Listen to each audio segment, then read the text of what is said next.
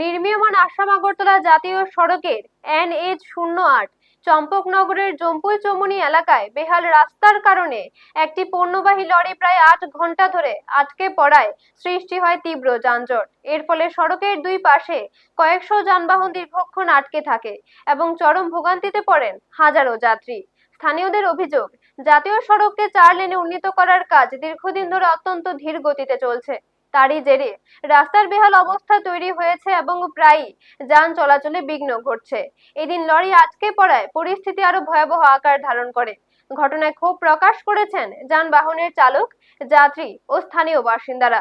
Lorry চালক সংবাদ মাধ্যমকে জানান, রাস্তার বেহাল অবস্থার কারণেই গাড়িটি আটকে যায়। দ্রুত সড়ক নির্মাণ কাজ শেষ করে স্থায়ী সমাধানের দাবি জানিয়েছেন ভুক্তভোগীরা।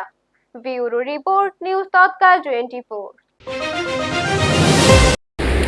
কই ঘন্টা ধরে আপনি এনে গাড়িতে আটকে গেছেন? আমি তো রাত্রে আইছি 10টার সময়, পরে এখানে ফার্স্টে 20 লাগিয়ে রাখছিল, তারপরে এখান থেকে রাত্রে 2টার সময় ছাড়ছে, এখানে 2টার থেকে পয়সা গেছে গাড়ি।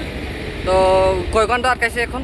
2 ঘন্টা, 2টার থেকে এখন কয়টা, এখন আপনার কি 4:30 বেজে গেছে,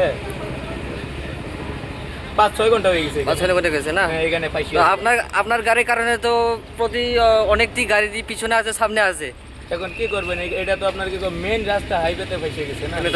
তো এই রাস্তার উপলক্ষে আপনি সরকার কাছে বা প্রশাসনের কিতা শুনে? এখন কি করবো, আপনারা নিজে দেখতেছেন রাস্তাটাই এরকম, গাড়ি আইলে ফাইসে যায়। রাস্তাটা ঠিক হইলে আমরা ভালো মতন গাড়ি চালাইতে পারি। আপনারা দেখছেন নিউজ তৎকাল 24।